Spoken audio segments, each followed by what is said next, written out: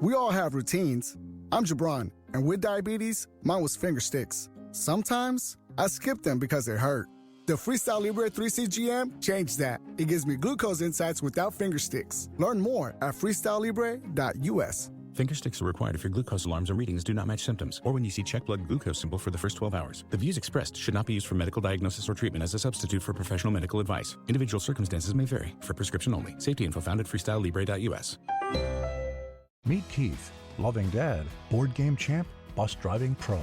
I drive 65,000 miles in my bus each year. If people knew what I know, lives could be saved. Like how there are some things I simply can't see. On my route the other day, a car tried to sneak past me and ends up right in my blind spot. I turned slowly, so accident avoided. But no car should be in the blind spot for a 40,000-pound bus. It's our roads. It's our safety. Visit www.sharetheroadsafely.gov. Welcome back into the Saturday Show, 97.5, the KSL Sports Zone. Christian Esparza, Alex Napoles, thank you for tuning in, making us a part of your weekend, your Saturday morning. Hope you've got some great plans today. It's been hot lately, so hopefully your plans include driving around in your air-conditioned vehicle or sitting inside your air-conditioned house or maybe hanging out at the pool or something, you know. Oh, I haven't been to a pool in forever. Yeah. I can't remember the last time I was in a pool. I used to work at a pool. Oh, yeah? Yeah. Was it like the rec center pool? Yeah, well, like Brigham City has like an outdoor pool. I was a lifeguard there the summer after I graduated. It was a cool job. You have any fun stories?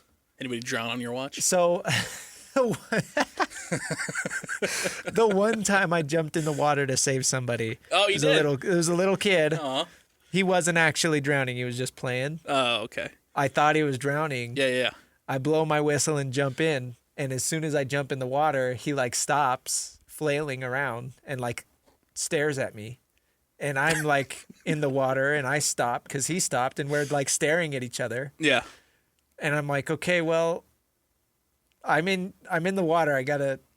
Is everything okay? It was so awkward.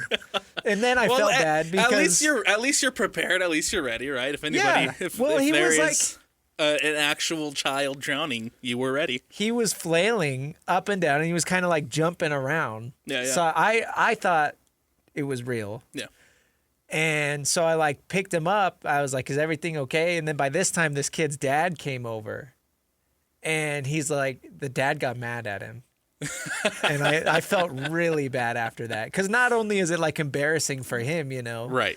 getting fake rescued, but then his dad comes over and like yells at him in front of the whole pool. So See, you were the lifeguard. I was the kid who would pretend to drown. I was the kid. I feel, looking back at it now, like I feel bad and terrible for doing it, but like I would be. I was a troublemaker in the pool at our local rec pool. yeah, Yeah. One time, like the Sandlot. no, not to that extent. But one time, me and some of the football players went over to the Kearns Rec Center, and they have this super high diving board, and Okay. there's rules, right, one at a time, so everybody can jump off safely. And I think a group of 5 of us. I wasn't on it. I was down at the bottom. Sure. Holding the phone recording, right? But like 5 of them just like straight back to back, like jumped off. And Broke the rules. yeah, they were not happy with us. Did you get kicked out? Not that day. Oh, okay. Not that day. But they have told me stories about them getting kicked out. So. Public pools. It is fun, though. Such a great time, man. I keep getting like Facebook memories every summer. I get a Facebook memory of, I have a post from like 15 years ago, like going to the pool today at 12. There's like one comment. Yeah. I miss rec days. I miss pool days. I got to hit up a pool, man. It's too hot. It is hot. Yeah. Let's jump in to this to start the show off. I wanted to go in this direction because last week, obviously, the big news was LeBron James signing with the Philadelphia 76ers. Presumably, that's going to be his final team, yada, yada, yada. We spent the whole first segment talking about it last week. So if you missed that, you want to hear it, go back and find it wherever you get your podcast, The Saturday Show or KSLSports.com on the podcast page. Not to toot our own horn, but, station was off Friday. So we were kind of like the first first We did. reaction We were to the that. we were the first to jump in and talk about LeBron James. But that was like the last big domino of free agency. And there's a couple things that we are waiting on, namely a sign-in trade or an extension for Jalen Duren, I would say is probably the next big thing. Peyton Watson with the Nuggets. We'll see what happens there. But for the most part, NBA free agency and all the big names are tied up. And all the consequential names are tied up and signed. So now that all that is in the rearview mirror, I kind of wanted to go through and do like a winners and losers list. I love taking a broad look at the end and kind of just saying, okay, who got better? Who got worse? Yeah. Who should have got better and didn't? So let's talk about it. Let's do it. Let's start. We'll start positive. We'll start with some winners, and Okay. I think obviously the pretty big one and the pretty massive one that came down the pipe this last week was, of course, LeBron James. That was LeBron James and the Philadelphia 76ers. Them getting LeBron James at the minimum, getting off the Paul George contract, and now having this super team. They're clearly winners of this offseason. Big Perk on ESPN already has them as the best team in the East. Saw that yesterday on NBA Today. There's a lot of love for them, and I get it. A lot of love. Honestly, well, they would have been the biggest winners even without adding LeBron because of the Jaylen Brown trade. Yeah. Oh, yeah. And you have Adding to- Jaylen yeah. Brown, I mean, a finals MVP to this team that was already, I mean, they beat the Celtics in the playoffs last year. Clearly an ascending team. Joel Embiid, when he plays, how rarely that is, but when he plays, he's still a very, very good player. VJ Edgecombe, rising star. Tyrese Maxey is an all-star. You add Jaylen Brown to the mix, and that's a serious team in the East. And then on top of that, to your point, you add LeBron James, who no longer is he the best player in the NBA, but he's still a savvy vet. And to get that on a minimum, yeah, I'll take it. Yeah. So we'll see. They might have too many egos in the room to actually do anything in the East, but on paper, that's a really good roster. And I think, to your point, very clearly the biggest winners of free agency, right? Yeah, I don't think there's any team who had an off season so far, right? Like the Philadelphia 76ers. And like you mentioned, like we talked a little bit about it last week. It's more than just having a shiny roster on paper. You have to actually go out there and do stuff. And again, we talked like we mentioned it last week. It's going to come down to Joel Embiid, his health. It's going to come down to how good is the actual depth on this Philadelphia 76ers team. But just looking at it from the free agency perspective, just looking at it from the LeBron James perspective, from the Jaylen Brown perspective, they are the clear winners of this NBA free offseason so far. And they didn't have to give up anything really to get Jaylen Brown. I mean, they moved Paul George, which is the worst contract in the league. More on that in a second. And what was it? A couple swaps, right? Or like it was really nothing of consequence to get a player of Jaylen Brown's caliber. I mean, this is a dude that was Finals MVP a couple of years ago, MVP candidate this season, right? Like they did not have to move VJ Edgecombe or any of their young talent to get this. They essentially added Jaylen Brown and LeBron James for free. Like, and that's a big massive, get. and that's massive. Those are the two massive players, two massive names. You want to go? You want to go? go another winner next, or you want to go losers? Oh, we could flip back and forth. Okay. Let's biggest loser. The biggest loser. Dude, Okay. What are we doing with or who's your biggest loser? Honestly, there's two that I think could be considered the biggest loser of free agency. Okay. But the more I think about it, the more I ask myself, what are the Golden State Warriors doing It has to be with Golden these State. final years of Steph Curry's career? It is so sad Yeah. to watch them just handle this with malpractice. They are not doing anything to help Steph out. I think they are the only team that has not made an outside acquisition in free agency this summer. They miss out on LeBron James. Yes. They miss out on Giannis. Lowry, I don't know if those rumors really heated up again this offseason or not, but they have had time and time again, they've had chances to bring in a new number two for Steph Curry to help him do anything in his last years in Golden State. And they have not. It's like, oh, yeah, we could get Lowry, but how about Jimmy Butler? You know, like, it's sad. I feel for Steph Curry. I feel for Warriors fans, and this is how Steph's loyalty is rewarded to the franchise and to the team. This is a dude who probably should demand a trade, but I don't think he's going to. And it's just, it really makes you wonder, what is their plan? Are they content with just being a play-in team? Right. Or I don't know. And also bringing back Draymond Green on a $27 million deal. Well, that one is like, that was his price. He was on that deal coming into the season. Right. He turned down that deal. He opted out so they can try and bring LeBron James in. Right. That didn't happen, and so he re-signs And then 1 year for $27 he million. re-signed. So that, it's not like Golden State handed him that deal. It He feels was already on so, that It feels deal. so icky.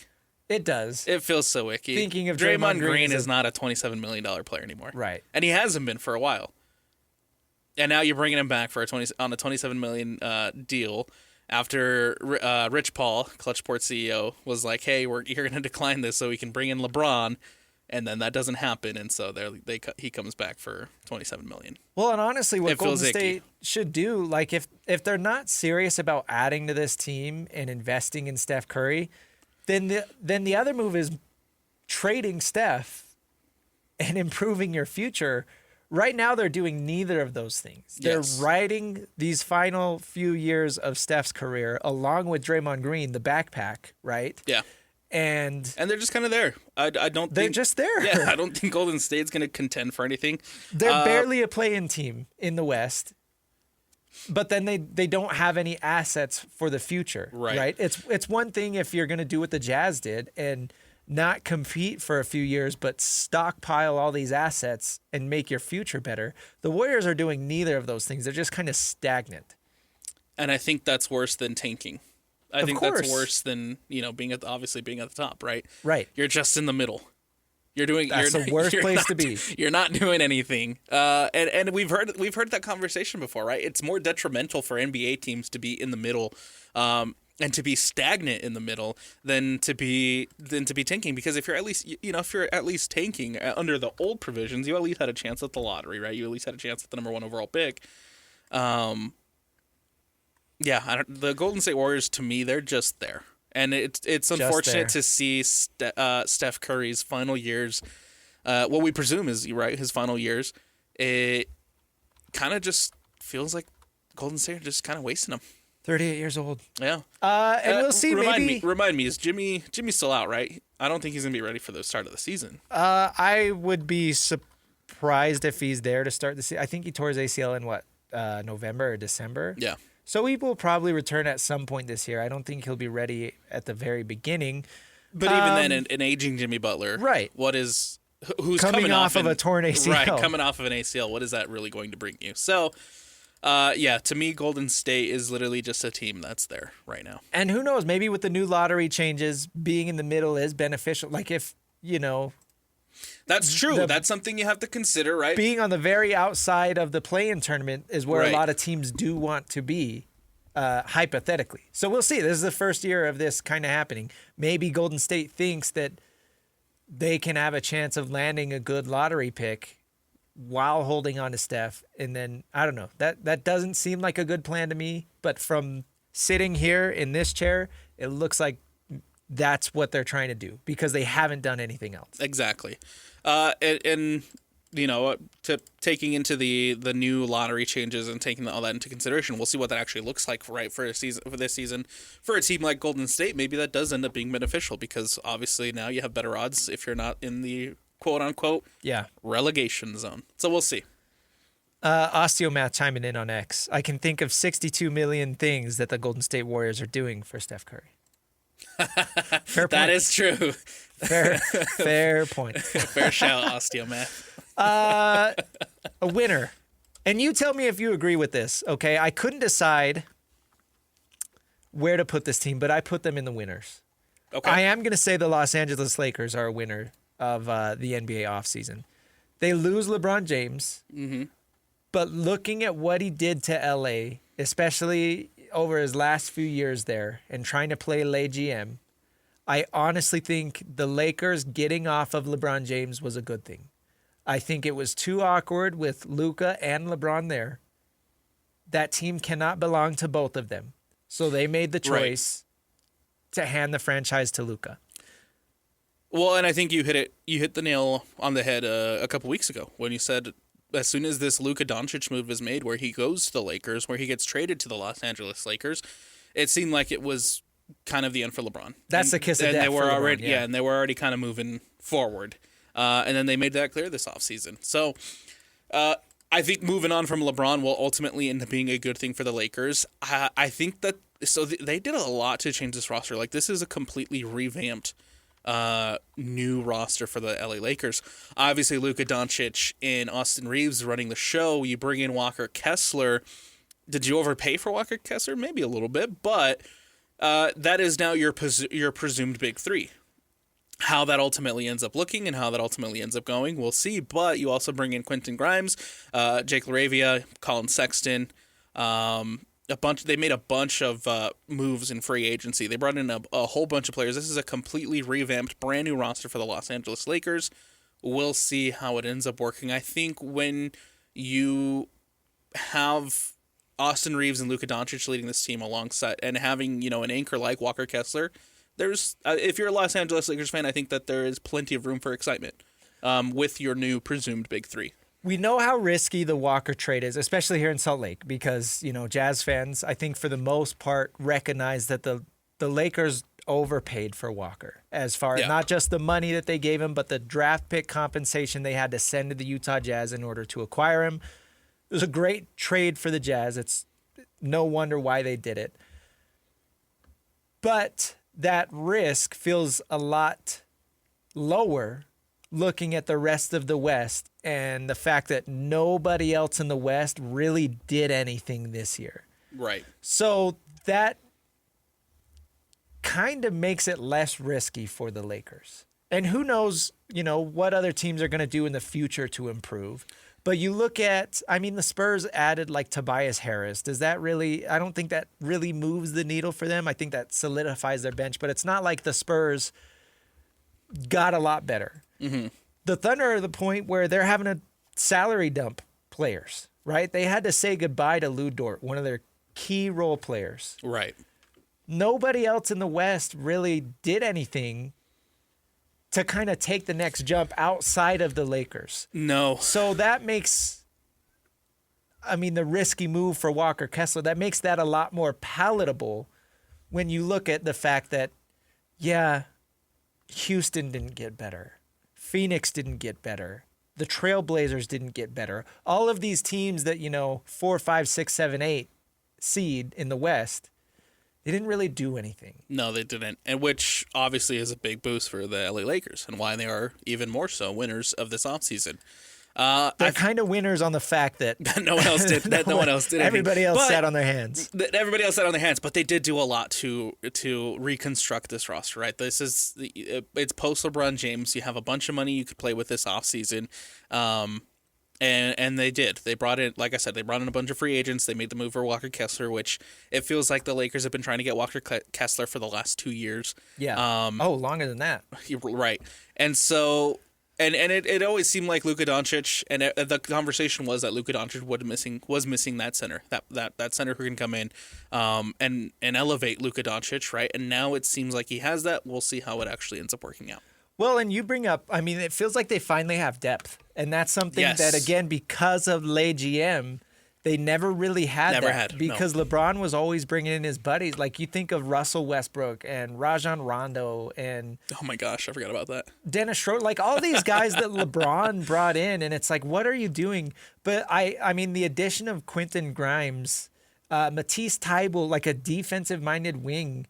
That's who you want playing next to Luka and Austin Reeves, right? Colin Sexton, he is a clutch guy, obviously, but he's a vet that's been around the league, and I think he's fine as your 6th or 7th man, right? Like, he's not going to be a starting guard on a playoff team, but I think he can be a Jordan Clarkson-type player for the Lakers, right? I think those are good depth additions. I don't know. I really am interested to see what the Lakers do under Luka versus what they did under LeBron, because ultimately I think it did end up being a disaster over the last few years with LeBron James. Yeah. Maybe Maybe it works under Luka, maybe it doesn't. I don't know. We'll see. We'll see. Another winner, or I guess another loser that I have, to your point, the Western Conference. Just as a whole? Just as a whole. And I say It's fair. And I say that, and the winner, obviously, will be the Eastern Conference, because I feel like the conversation for the last 2, 3, maybe 3 years has been how much weaker the Eastern Conference looks compared to the West. Yeah. Now it feels like we're in the middle of a power shift of East versus West. It feels like the Eastern teams did a lot to get better, whereas the Western Conference, like to your point, just kind of sat on their hands. Didn't really do much to improve. Or you look at some of the moves that were made, like the Timberwolves trading for LaMelo Ball. Right. You can't sit here and tell me that makes them a better team. I don't think so. No. And it has a lot to do with his off-court stuff. Of course. It doesn't even have to do anything with the basketball side of things, which is even unfortunate. on the basketball side of things, he's not a good player. Right, but more so, I mean, we're not even a year removed off of his whole car crash debacle. Well, and he's being sued by Cam Newton's dad. Did you see that? Oh, he is? Yeah. I didn't know that. No. Well, apparently Cam Newton's dad owned the apartment complex that he stayed in, and apparently he wasn't paying rent. So he owes over $100,000 to Cam Newton's dad. That's tough. Crazy coincidence there.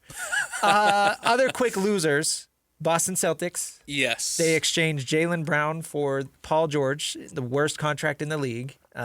He has 2 years remaining, and he's way past being any sort of contributor on the floor.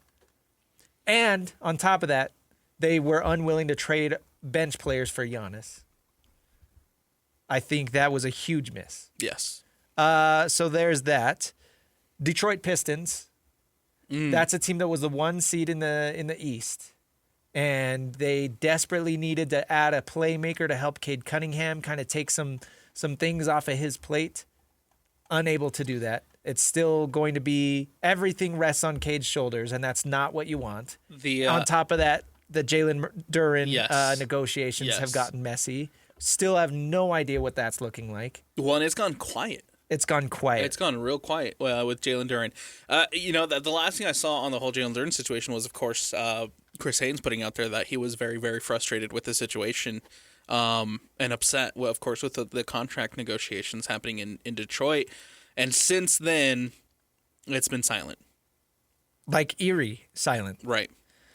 We were talking about that last week. It's like, hey, did I miss something? Like, has anything come? Did he has sign? anything come out? And it's like, no, it's just just nothing's no happening. movement at all. Nothing's happening. Yeah, I don't think the Clippers, or not the Clippers, the Pistons haven't done much to improve either. And then, of course, if you add on top of that, still yet to be seen, but if you do lose Jalen Duren this offseason, the center market has dried up real quick. Yeah. So I wonder if Jalen Duren moves on, what the backup plan at the center position is going to be for the Pistons. Last one, Miami Heat. You put them as winners or losers? So to explain, obviously they add Giannis, but they had to give up a lot of their young role players. Yeah. Jaime Jaquez, Khalil Ware, Tyler Hero. Is there? Can you put them as a winner and a loser? Sure. Because I think obviously it's great to land Giannis Antetokounmpo, and it's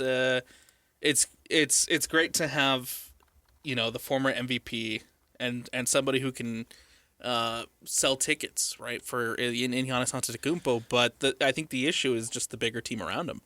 You missed out on LeBron James. I think Norman Powell's gone, right? Yeah. And then obviously you mentioned all the players that you lost in the trade. I don't know. Similarly to the Philadelphia 76ers, their depth is looking not so great. Well, and Giannis is the type of player that on his own can make you a contender. Like, we're talking about a top 5 player in the league. Yeah. He's that good. And Bam is no joke either. I mean, the Olympic gold medalist. I think the 83 points was obviously a fluke, right? But he's still a very, very good all-star caliber player. And those two enough, I mean, they're a playoff team. No doubt about it. Health pending. But yeah, once you get to the playoffs, how much noise can you make? Andrew Wiggins, what do you do for me? Davion Mitchell. Yeah. What do you do for me? So we'll see. I think they're going to be a very interesting team because they are very flawed. But again, you've got one of the best players in the world, and he's motivated, and he's happy, which we haven't seen in a few years. So maybe the Miami Heat do return to relevance. I'm curious to see how it all works out. Maybe, they get back in the. Did they miss the playoffs last season? I can't even remember.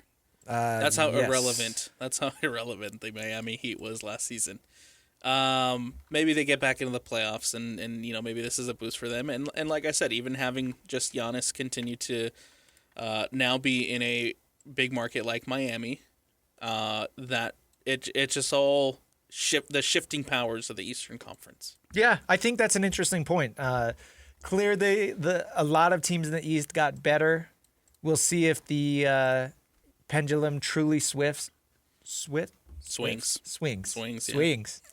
The Knicks just won the finals, right? Yes. So, obviously the champions in the Eastern Conference. There are some really good teams in the East. Yeah. But it has been a long time since the Eastern Conference was relevant at all. It feels like the conversation the last 5 or 6 years has always been, whoever, like the Western Conference Finals is the true NBA Finals.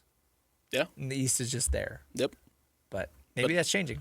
It certainly feels that way, and a lot of it, of course, has to do with LeBron now moving to the East Coast, and a bunch of players moving over to the East Coast. Curious to see how Atlanta looks. Curious to see how the Wizards look. Boo. Curious to see how some of these teams who necessarily didn't pick up big free agents, but obviously had. You have the addition of AJ DeMonsa to a Trae Young and Anthony Davis Wizards team, and then you have the Hawks who made a lot of good trades and have a really balanced team when it comes to salary cap, right? It's not all tied up to 3 players. They've got a balanced team. They got depth. I'm curious to see how the Hawks look this season. It's going to be fun. Yeah. Let's take a break. Alex, we had some incredibly big news happen last night, and it wasn't just your typical Friday news dump. All of this stuff happened by the time I got home from work. We're talking post 7 p.m. Yeah. Class of 2022, all of those players are eligible for a 5th year of sports. And looks like the Protect College Sports Act has some momentum. We're going to talk about both of those next and what they mean for the schools here locally. Stick with us. It's the Saturday Show, 97.5, the KSL Sports Zone. You're listening to this podcast, so you've got a curious mind. Here's a helpful fact. Drivers who switch and save with Progressive save over $900 on average. Visit Progressive.com to see if you could save on car insurance. Progressive Casualty Insurance Company and Affiliates. National average 12-month savings of $946 by new customers surveyed who saved with Progressive between June 2024 and May 2025. Potential savings will vary. Welcome back to the Saturday Show, 97.5, the KSL Sports Zone. Christian Esparza, Alex Napoles. Thanks for tuning in. We've always got crazy news. And Alex, it is kind of like the deadest part of the sports calendar. Yes. NBA Summer League is wrapped. It's over. We are anticipating the start of the regular season. College football camp starts next week, but it hasn't started yet. So the last few weeks have been super dry. But yesterday, we get a double news dump. Crazy news dump. Two big stories that are going to have huge implications, not just, in college sports in general, but, of course, for BYU and Utah State. Yeah. But let's start with this. Yesterday, a federal court granted an injunction for the entire high school class of 2022, giving every single one of those student athletes a 5th year of NCAA eligibility. Charlotte Sweeney in Denver is the judge that ruled this thing.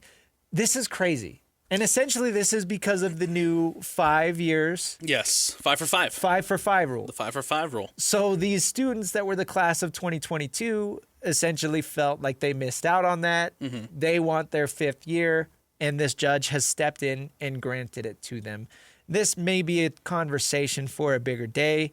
I don't like and we saw this with the Sorsby thing. I don't like that a random judge can just step in and grant an injunction that completely changes all of college sports. Well, I mean, it just keeps happening. But it keeps happening. It keeps happening over and over and over again, which is, I feel like, part of the reason why we now have what we'll talk about here in a second, which is the big federal bill put forth by Cruz, Cantwell, and Schmidt to try to stop stuff like this from happening, where it just keeps happening over and over.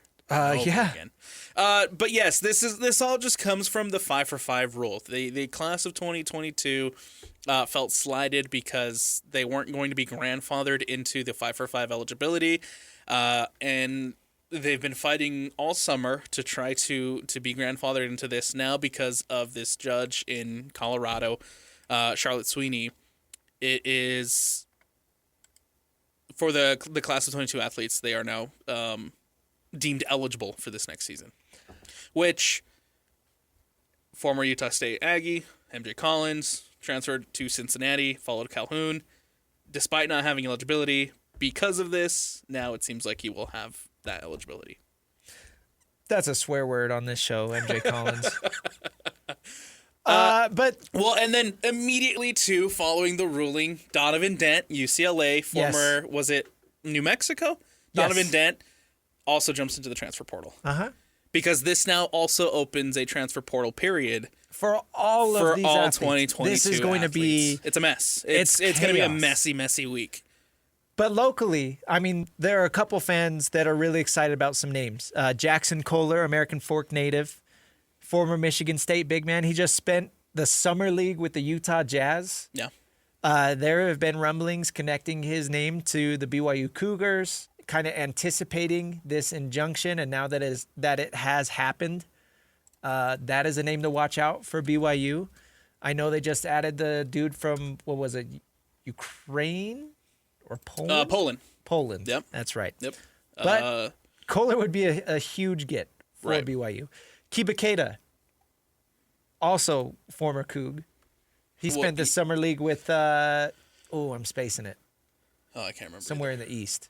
But now he would have eligibility. But he would have eligibility to return if he wanted, or same thing, he can enter the transfer portal. For the Utah side, basketball, I don't know what's going to happen there. But Lander Barton on the football side. Yeah. Lander Barton's a name that he was spending this summer with the freaking Chargers. But he could come back and play for Morgan Scalley. Or maybe he's going to go to Michigan and play with Witt. You know who had the best reaction to all this? Who's that? Texas Tech fans. Oh, gosh. Because now on top of getting Topin back, right, who ended up getting injured last season but was on course to be probably the best player in the Big 12. Yes.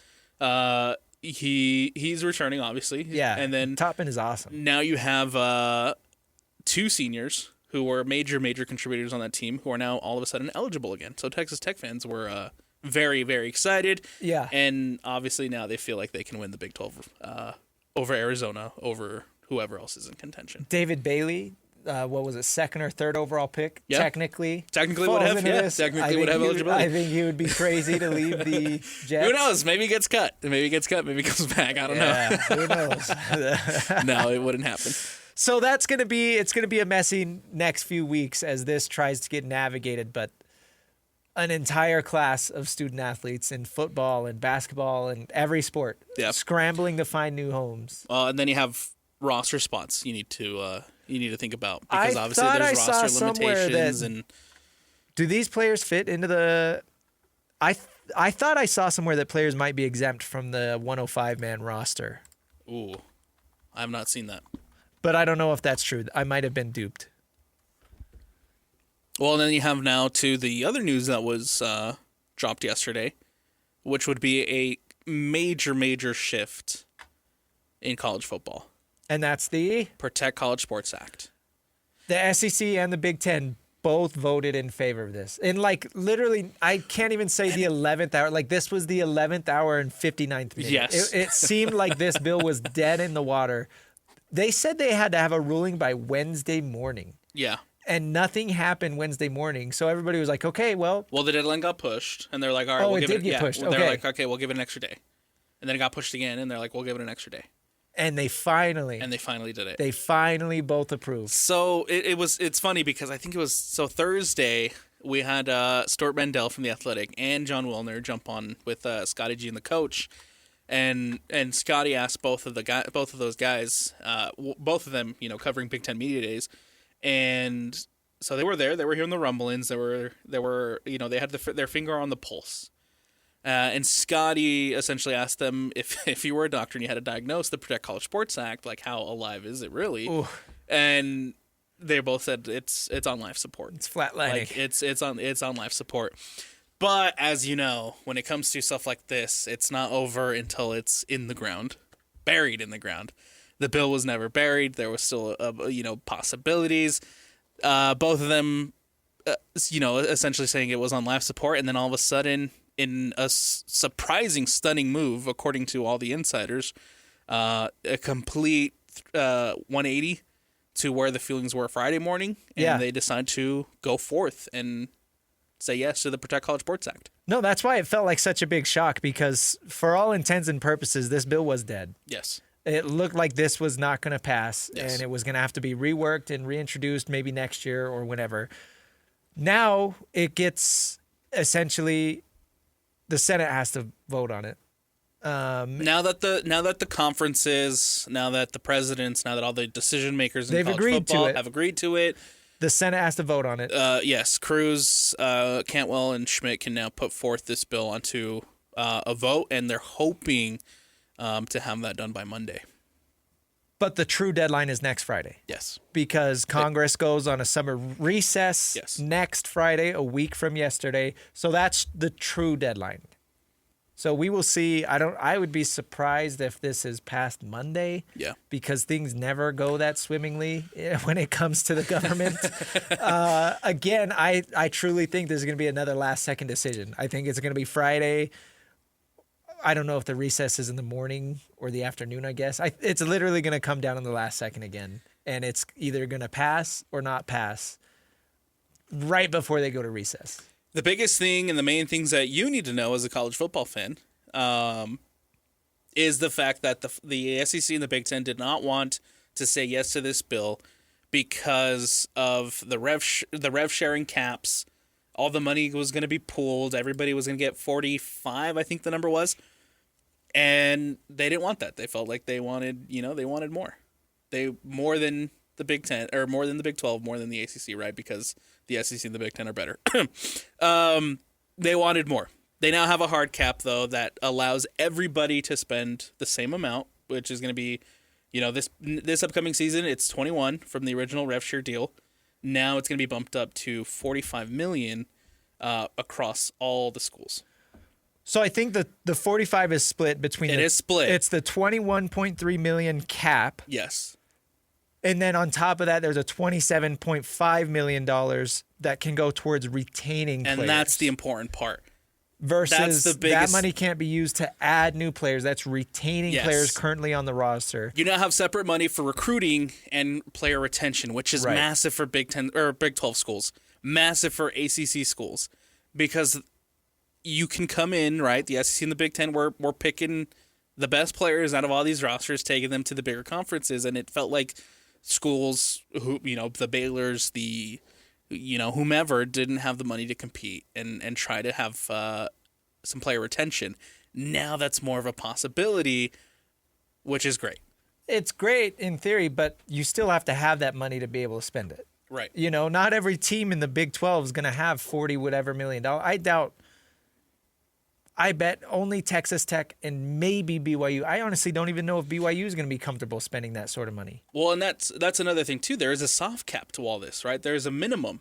Okay. So you at least have to be at this minimum, which I can't remember off the top of my head. I'll have to look through some of these articles. There is a minimum for it, which teams have to meet the minimum, which I think it was at about 40. 40? 40 million. Which is another reason why the SEC and the Big Ten didn't want to say yes. Well, they did. And they ultimately did. So, I don't know. To be honest with you, the whole salary cap thing is fake. It's not a real cap. Well, and that's the thing, too, is like Stuart Mandel brought this up. now that there is going to be somewhat of a salary cap, and the salary cap has obviously gone up, and he was talking about teams who are either at or very close to $50 million rosters. What's going to happen to the teams who are at $50 million? Who's overseeing all this, and who's going to come in and say, hey, you're over the cap? What is the punishment going to be? And there's no clarity, no clarity on punishment, no clarity on the teams who are already at $50 million rosters. What are they going to do to get under that now cap that has teeth? But so the reason I say it's fake is because it was never a cap. That was a misunderstanding that people thought when last summer it was announced that schools could spend 20 point whatever million. Everybody assumed that that was the max that schools could spend. And it's kind of true. That's the max that the school itself could contribute to sports. But then you could still add all of your third-party NIL on top of that. As long as it was cleared by the CSC, which has been an absolute failure. And that's been a mess anyways. It's been a failure. Right. So the cap there was never a cap. Yeah. That was only a cap on what the school could contribute. And when people started blowing past that 20 point whatever million number, and everybody was like, what? I thought there was a cap. No, there wasn't. And truthfully, I haven't seen anything that says that this is any different, right? This just raises the bar of what schools can contribute without really putting a true cap. There's never going to be a true cap until you limit what the third-party stuff looks like, what all the collective stuff looks like, what all the donor and that stuff looks like. Yeah. And that, as you pointed out with the College Sports Commission, huge failure because it's an absurd idea to think that that can be limited in any way, shape, or form. So until that is fixed, you're always going to have schools that can spend double, triple, quadruple what everybody else spends. And as long as you keep raising this floor, I mean, that's how you've seen sports budgets balloon from, 12 million, 15, 20, 30. Yeah. Now we're talking about $50, $60 million rosters for football. And that's why. I am curious to see what happens with the NIL and the third-party stuff that you're talking about, because there is provisions in this bill that mandates transparency for fair market value for any deal, any NIL deal over $600. That was essentially part of what the CSC was supposed to be doing, but obviously that hasn't been happening, whether it's the CSC not approving said deals, whether it's the CSC not getting the deal, whatever the case may be.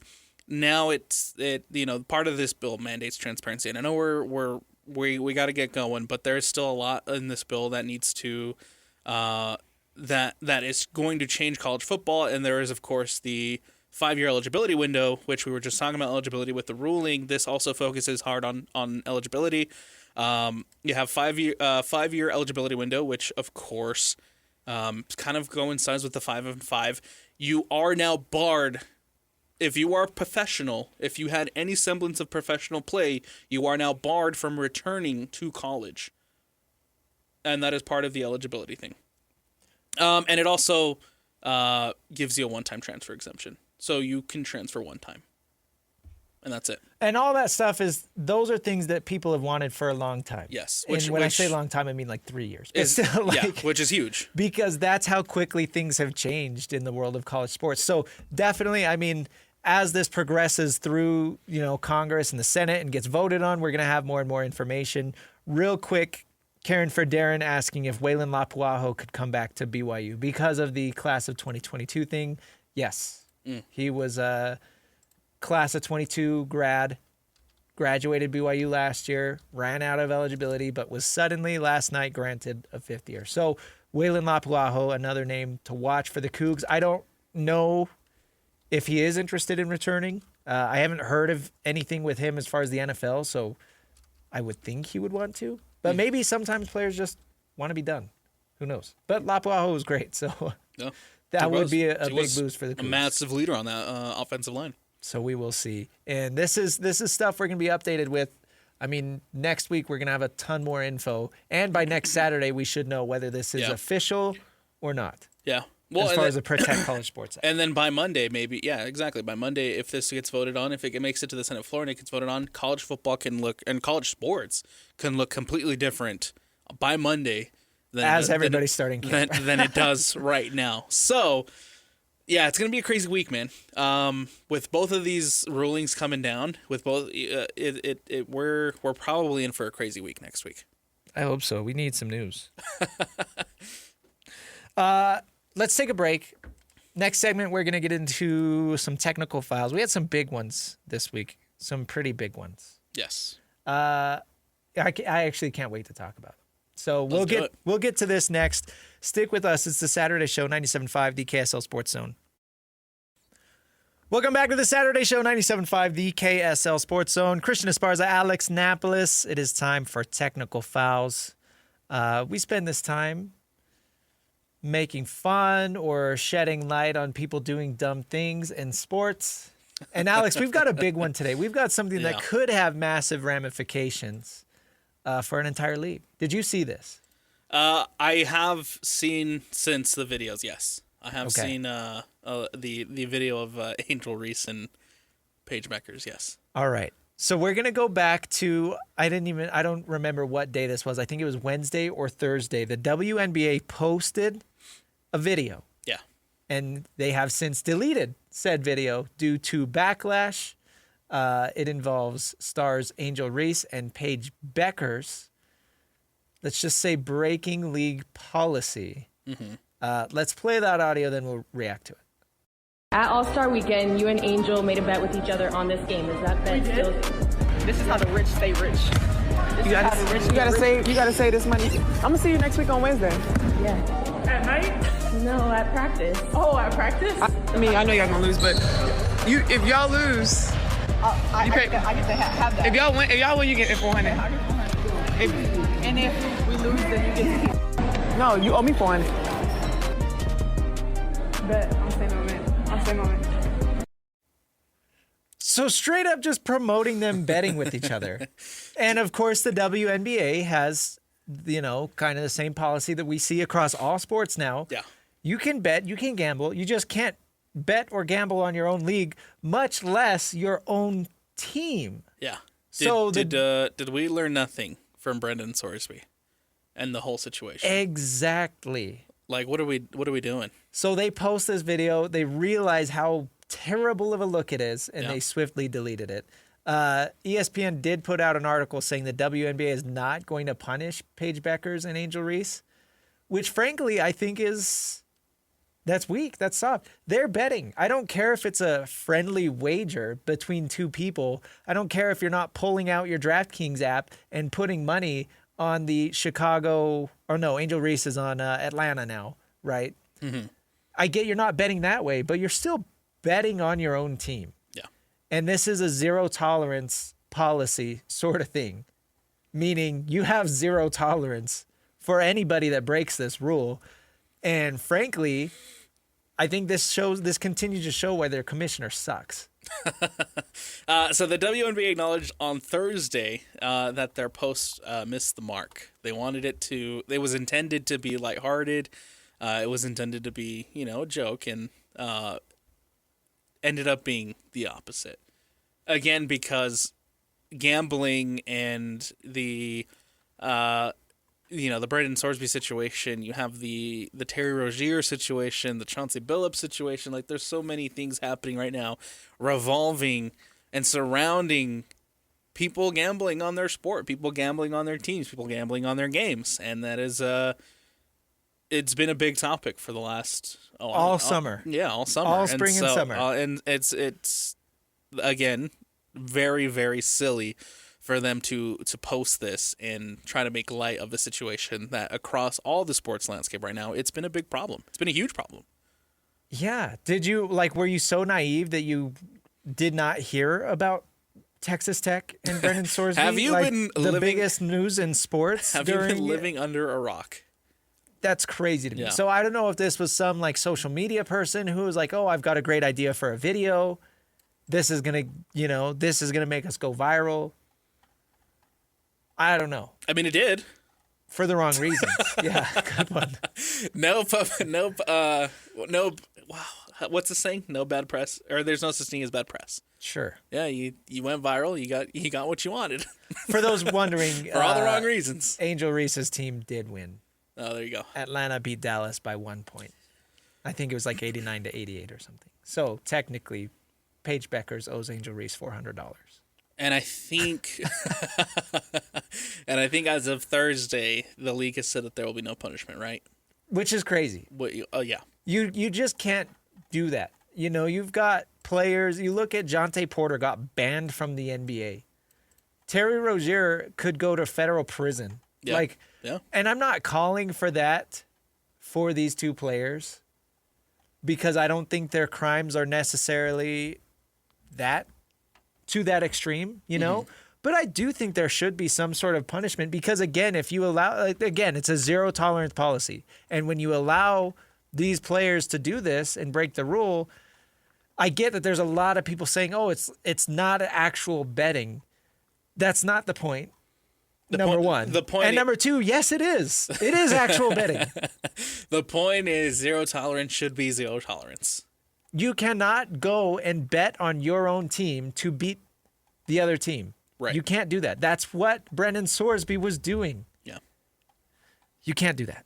Can't do it. And I think it's a bad look that the WNBA posted this video. I think it's a bad look that now they're going back and saying that they won't even punish them for what was clearly betting. Kathy Engelbert, worst commissioner in sports. Seriously. Yeah, no, from what I've heard, not the best, not the greatest. The WNBA right now is in a position where they are exploding in popularity, but they could be so much more, and they are held back by poor leadership at the top. And I'm not just talking about the commissioner, but I'm talking about everybody involved with this. It's things like this that are holding back the WNBA from being taken serious. Yeah. I also think, I also find it wild and curious that I was enthralled, I was captivated by the Caitlin Clark story coming out of college when she was at Iowa, the Paige Becker story when she was at UConn. A lot of these players through their college careers, I've watched, I followed, I enjoyed it. I enjoyed the college basketball scene. Haven't been able to keep up with the WNBA. I